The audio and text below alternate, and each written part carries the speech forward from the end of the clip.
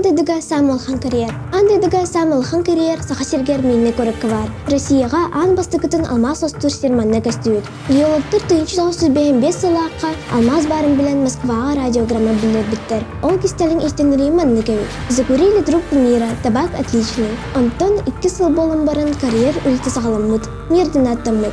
Мирне демпегөлүк тутулуут. 1995 сылакка мирней алмастах край кин квартынан болбут. Карьер диреңе 5 метр. Диаметры 200 км. 2-1 сылга жерүлләбит. Антон сернигер үлелер урник аңгалуу.